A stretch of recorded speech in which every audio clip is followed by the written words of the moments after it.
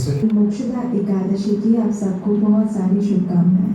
मोक्षदा एकादशी दो विशेष कारणों से अत्यंत पवित्र और महत्वपूर्ण मानी जाती है, क्योंकि इसी दिन भगवान श्री कृष्ण ने कुरुक्षेत्र की युद्ध भूमि में अर्जुन को भगवत गीता का वो दिव्य उपदेश सुनाया था, जो कि मानव जीवन का सबसे बड़ा और दिव्य ज्ञान है।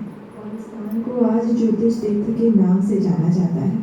इस दिन जो कोई भी किसी भी योग्य और पात्र व्यक्ति को भगवत गीता का दान देता है, भगवत गीता उपहार में देता है, उस पर भगवान श्री कृष्ण की असीम कृपा और विशेष आशीर्वाद बरसते हैं। और ऐसी ही मोक्षदा एकादशी के दिन चलिए आज हम श्रवण करते हैं मोक्षदा कथा।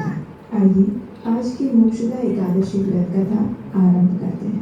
एक समय युधिष्ठिर महाराज ने भगवान श्री कृष्ण से पूछा, हे केशव, समस्त संसार के स्वामी, तीनों लोकों के आनंद, संपूर्ण ब्रह्मांड के ईश्वर, हे संसार के सृष्टिकर्ता, हे आदि पुरुष, मैं आपको सादर प्रणाम करता हूँ। हे प्रभु, जीवों के कल्याण हेतु कृपया मेरे इस प्रश्न का उत्तर दीजिए। मार्गशीर्ष मास के शुक्ल पक्ष में कौन सी एकादशी आती है? इसमें किस देवता की आराधना की जाती है और किस प्रकार इस एकादशी का पालन करना चाहिए? युधिष्ठिर महाराज का प्रश्न सुनकर भगवान श्री कृष्ण ने कहा, हे राजन, आपका प्रश्न अत्यंत शुभ है और इस प्रश्न को पूछकर आपकी विख्याति संपूर्ण जगत में फैलेगी। जिस प्रकार मैंने आपसे पहले उत्पन्ना महाद्वादशी और एकादशी के बारे में बताया था, जो कि मार्गशीर्ष मास के कृष्ण पक्ष में आती है और जिस दिन एकादशी देवी मेरे शरीर से मूल नामक राक्षस के वध हेतु प्रकट हुई थी, उसी प्रकार अब मैं आपको मार्गशीर्ष मास के शुक्ल पक्ष में आने वाली मोक्षदा एकादशी के विषय में कहता हूँ। ध्यानपूर्वक सुनिए। इस एकादशी को मोक्षदा एकादशी के नाम से जाना जाता है, क्योंकि ये एकादशी उसके व्रत करने वाले को समस्त पापों को नष्ट कर देती है, उन्हें मोक्ष और भगवत धाम की प्राप्ति का वरदान देती है। इस मोक्षदा एकादशी के दिन भगवान दामोदर की पूजा अर्चना की जाती है।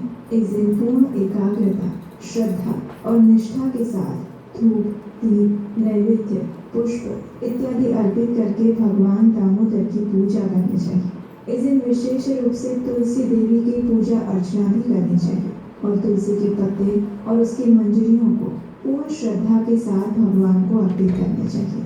अब इस एकादशी का एक अत्यंत प्राचीन और पवित्र इतिहास भी है, उसे भी आप ध्यानपूर्वक श्रवण कीजिए। प्राचीन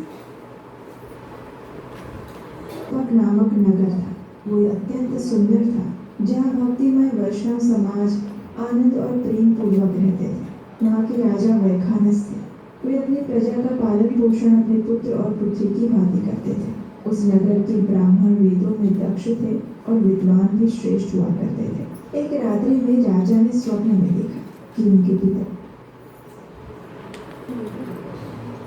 पालन पोषण अपने पुत्र और पुत्री की भांति करते थे। उस नगर के ब्राह्मण वेदों में दक्ष थे और विद्वान भी श्रेष्ठ हुआ करते थे। एक रात्रि में राजा ने स्वप्न में देखा कि उनके पिता यमराज के अधीन एक नर्क लोक में असंख्य यातनाएं भुगत रहे हैं। कराते हुए वो पुकार रहे हैं, हे पुत्र, मुझे इस नारकीय दुख से मुक्त करवाओ। स्वप्न में ये दृश्य देखकर राजा अत्यंत व्यथित हो गए। अचानक से वे उठ गए, उनकी आंखों से अश्रुधारा बहने लगी। अगले दिन राजा ने अपने इस स्वप्न के बारे में राजसभा में जाकर अपने विद्वान ब्राह्मणों से पूछा। राजा ने कहा, हे ब्राह्मणों, मेरा हृदय अत्यंत व्यथित हो रहा है। मेरा ये राज्य, जिसने कभी मुझे इतना सुख दिया था, आज मुझे वो कष्टदायक लग रहा है। मेरे घोड़े, हाथी, रथ, अपार खजाना और ये संपूर्ण सृष्टि का राज्य अब मुझे अर्थहीन और दुख का कारण प्रतीत हो रहा है। यहाँ तक कि मेरी पत्नी और मेरी संतानें भी अब मुझे आनंद नहीं दे पा रहे हैं। हे ब्राह्मण, मुझे कोई ऐसा साधन बताइए जिससे मैं अपने पिता और पितरों को नर्क से मुक्त करवा सकूं। ऐसे पुत्र के जीवन का क्या लाभ जो अपने पिता को नर्क से न बचा सके? ऐसा जीवन व्यर्थ माना जाता है। राजा के ऐसे व्यथित वचनों को सुनकर ब्राह्मणों ने कहा, हे राजन, यहाँ से कुछ दूर पर्वतीय वन में पर्वत मुनि नामक त्रिकालदर्शी एक ऋषि का आश्रम है। वे अत्यंत महान ऋषि हैं, जो कि भूत, भविष्य और वर्तमान का ज्ञान रखते हैं। हमें लगता है कि वही आपकी सहायता कर सकते हैं। आइए हम उनके पास चलते हैं। ब्राह्मणों के वचन सुनकर राजा ऋषि मुनियों के साथ अपने मंत्रियों के साथ तुरंत ही पर्वत मुनि के आश्रम में पहुंचे, जहां अनेक विदज्ञ मुनि उपस्थित थे। राजा ने अत्यंत श्रद्धा और आदर पूर्वक पर्वत मुनि को प्रणाम किया। मुनि ने भी राजकाज की कुशलता पूछी और तब राजा ने हृदय की पीड़ा बताना आरंभ किया। राजा ने कहा, हे ऋषिवर, आप तो त्रिकालज्ञ हैं, सब कुछ जानते हैं, फिर मुझे कोई उपाय बताइए जिससे मैं अपने पितरों को नर्क की यातना से मुक्त करा सकूं। आखिर किस कारण से वे नर्क की यातना भुगत रहे हैं। राजा की बात सुनकर पर्वत मुनि कुछ देर तक ध्यान में बैठे रहे और फिर उन्होंने आंख खोलकर राजा से कहा, हे राजन, आपके पिता पूर्व जन्म में एक जघन्य कर्म कर चुके थे और उस जघन्य कर्म में उन्होंने अपनी पत्नी को मासिक धर्म के दौरान व्यथित किया था। इसी अपराध के फलस्वरूप वे नर्क में इस समय पीड़ा भोग रहे हैं। ऋषि की बात सुनकर राजा वैखानस ने कहा, हे ऋषिवर, अब आप मुझे कृपया ऐसी कोई विधि, उपाय या व्रत बताइए जिसका पालन करके मैं अपने पिता को मुक्ति दिला सकूं। तब पर्वत मुनि ने उत्तर दिया, हे राजन, मार्गशीर्ष मास के शुक्ल पक्ष में मोक्षदा एकादशी आती है। ये एकादशी जघन्य पापों से भी मुक्ति प्रदान करने वाली बताई गई है।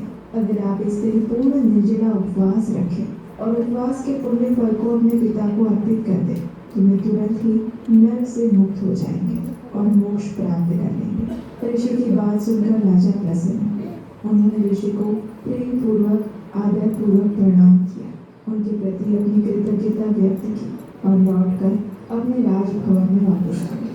आने वाली मोक्षदा एकादशी के दिन उन्होंने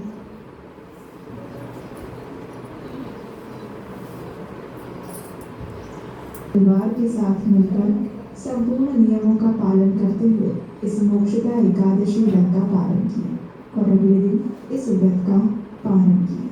पारण के समय पर जैसे ही राजा ने उपवास का पुण्य फल अपने पिता को समर्पित किया, उसी क्षण आकाश से देवताओं द्वारा पुष्प वर्षा होने लगी और उनके पिता देवलोक की ओर अग्रसर होने लगे। देवलोक के दूतों ने उनकी स्तुति की और वे स्वर्गलोक में पहुंचे, जहाँ से वे आगे भक्ति करते हुए अंततः भगवत धाम लौट सके। जाते हुए पिता ने राजा वैखानस को आशीर्वाद देते हुए कहा, हे मेरे पुत्र, तुम्हारा कल्याण